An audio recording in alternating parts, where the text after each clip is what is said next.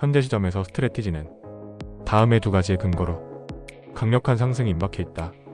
여러분 반갑습니다. 영상에 앞서 구독, 좋아요 꼭 부탁드리며 바로 시작하도록 하겠습니다. 비트코인이 9월 들어 지지선을 방어하며 상승 흐름을 이어가자 투자자들 사이에서는 도미넌스 전환 시점에 대한 관심이 커지고 있습니다. 과거 사이클에서 반복되었던 9월 저점 형성과 10월 강세 돌파 패턴이 다시 나타날 수 있다는 분석도 제기됐습니다. 베테랑 트레이더 벤자민 코엔은 9월 13일 자신의 유튜브 채널을 통해 비트코인이 9월 초 지지선에서 반등하며 회복 흐름을 이어가고 있다고 설명했습니다. 그는 2017년과 2020년 사례를 언급하며 당시에도 9월에 저점을 다진 후 10월 강세장이 전개되었다고 강조했습니다. 특히 비트코인 도미넌스가 현재 정체 구간에 있지만 과거와 같이 9월 말이나 10월 초 반등이 나타날 가능성이 있다고 밝혔습니다. 실제로 2017년과 2020년 모두 도미넌스가 저점을 형성한 뒤 강하게 반등해 시장 주도권이 비트코인으로 다시 집중되는 흐름이 있었습니다. 그는 또한 미국 연방준비제도의 금리 인하와 도미넌스 흐름 사이의 연관성을 지적했습니다. 2024년 9월 금리 인하 직후 알트코인 강세 기대가 컸지만 실제로는 비트코인 도미넌스가 반등하며 자금이 다시 비트코인으로 몰린 사례가 있었다는 것입니다.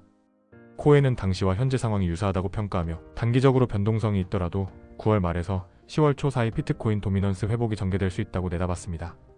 특히 비트코인이 20주 이동 평균선 지지선을 유지하고 있다는 점에서 장기적 상승 구간으로 이어질 가능성을 언급했습니다. 마지막으로 그는 과거와 동일하게 비트코인이 점진적으로 사상 최고가를 향해 나아가며 10월에 주요 돌파가 이뤄질 수 있다고 강조했습니다. 따라서 시장 유동성이 알트코인에서 비트코인으로 재편될 가능성이 크다고 결론지었습니다. 한편 비트코인 채굴자들의 매도세가 줄어들고 있다는 분석도 나왔습니다. 크립토컨트의 분석가는 비트코인 채굴자들의 거래소 입금량이 최저 수준으로 하락했다며 이는 채굴자들이 매도하기보다 축적하는 전략을 취하고 있다는 신호라고 전했습니다. 그는 비트코인이 11만 2천 달러 선을 지지한다면 상승 모멘텀을 이어가 사상 최고가를 경신할 수 있다고 전망했습니다. ETF 동향도 긍정적입니다. 비트코인 현물 상장 지수 펀드는 6거래일 연속 순이익을 기록했습니다.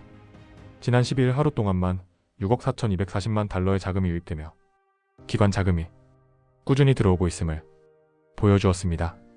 기관 투자가들의 보유량 확대도 눈에 띕니다. 마이클 세일러가 설립한 스트래티지는 12개 글로벌 상장사가 최근 일주일 새 비트코인 보유량을 늘렸다고 발표했습니다. 현재 상위 100대 상장 기업이 보유한 비트코인은 100만 9,202개에 달하며 이는 기관의 관심이 점점 커지고 있다는 증거입니다. 또한 엘살바도르 정부 역시 최근 비트코인 28개를 추가 매수하며 총 보유량을 6,318개로 늘렸습니다. 스테이블 코인 시장 역시 사상 최고치를 기록했습니다. 테더의 시가총액은 처음으로 1,700억 달러를 넘어섰고 하루 거래량은 1,000억 달러를 상회하며 높은 유동성을 입증했습니다. 그리고 비트코인의 조정으로 인해 디지털 자산 트레저리 기업들의 순자산 가치인 엠나브가 하락하면서 업계 재편의 신호도 감지되고 있습니다. 스탠다드 차타드 은행은 엠나브 하락이 중소형 DAT 기업의 리스크를 키우고 있다고 경고했으며 자금력이 있는 스트래티지와 같은 대형 기업이 유리한 환경이 될 것으로 내다봤습니다.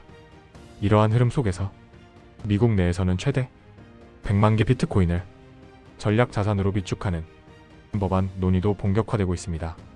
신시아 루미스 상원의원과 닉 베기치 하원의원이 공동 주최하는 간담회에서는 비트코인 법안을 주요 의제로 다루며 몰수된 가상자산의 민간 매각을 금지하고 전략 자산으로 편입하는 방안까지 논의될 예정입니다.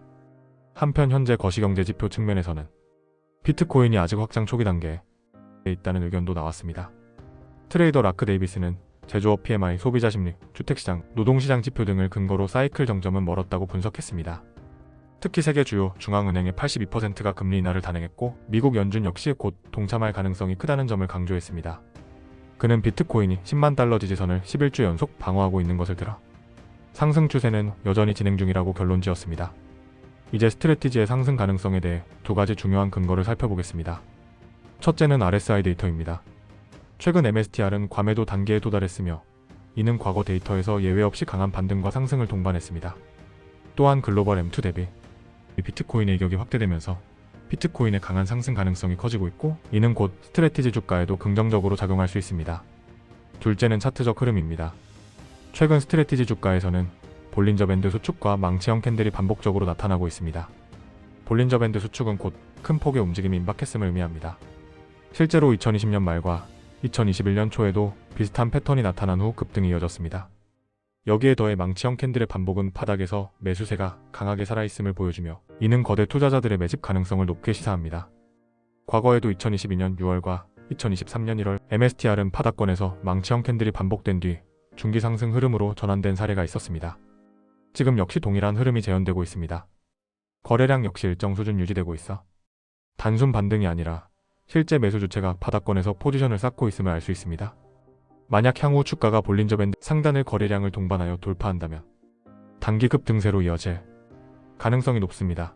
또한 과거 스트래티지 주가를 분석할 때 저는 5일선과 21선, 40일 이동평균선을 유의깊게 보는데 비트코인을 매집하기 시작한 3차 사이클 이후부터 스트래티지는 예외 없이 5일선 21선과 41선을 모두 돌파하는 골든 크로스를 만든 이후 그 정배열 상승세를 이어가며 폭발적인 상승세를 이어갔습니다.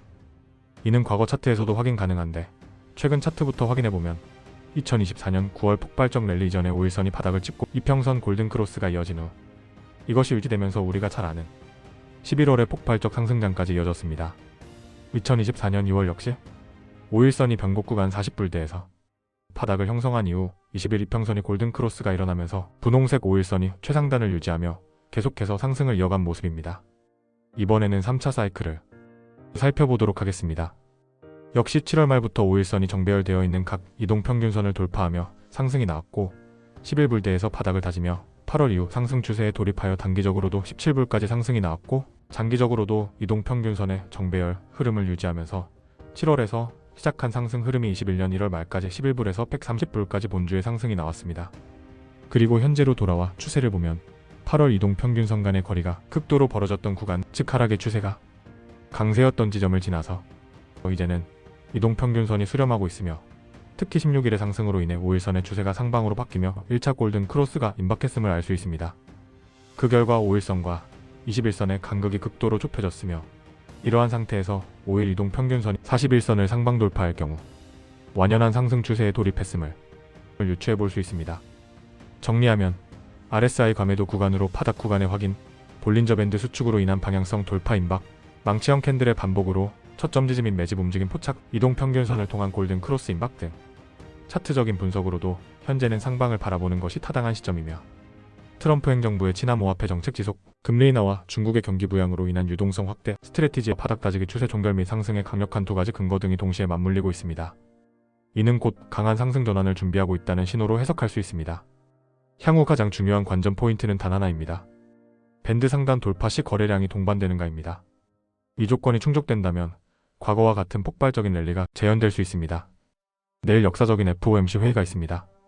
저는 말씀드린 것처럼 0.25%포인트 인하를 예상하고 있으며 빅컷의 경우 연준의 정책 실패를 의미하는 것이기도 하고 경기 침체에 대한 시장 우려를 불러올 수 있기에 아마도 빅컷의 가능성은 매우 낮다는 게 제 견해입니다.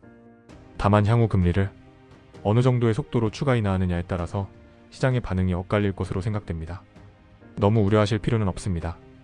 설령 금리가 천천히 인하되더라도 결국 비트코인은 내재적 가치와 사이클에 따라 상승할 것이고 스트래티지의 자산 가치는 높아질 것입니다. 변동성이 심할 것으로 예측되니 단기 하락이나 상승에 급하게 대응하지 마시고 비트코인은 결국 상승할 것이라는 믿음으로 추세를 지켜본 후 대응하시기 바랍니다. 급등으로 인해 급하게 올라탄다거나 하락으로 인해 패닉셀을 하는 것은 지금까지의 인내를 무의미하게 만드는 행동일 수 있습니다. 오늘의 마지막은 프랑스의 시인이자 철학자인 폴 브루제의 말로 마무리하겠습니다.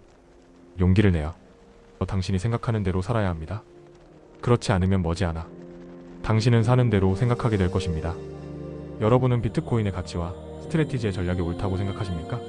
저는 회사에서 주는 봉급에 만족하며 화폐 구조의 불합리성을 묵인하고 현실에 안주하여 노동의 기계로 사는 것보다 투자자로서 옳다고 믿는 길을 걸어가기로 했습니다. 오늘 혁신적인 투자를 하지 않는다면 우리는 죽는 날까지 평생 일해야 할지도 모릅니다. 지금까지 각자의 삶에서 본인이 옳다고 생각하는 바를 이루기 위해 고난의 길을 달려오신 구독자분들을 리스펙하며 그 찬란한 성공의 순간까지 저는 끝까지 함께하겠습니다. 감사합니다.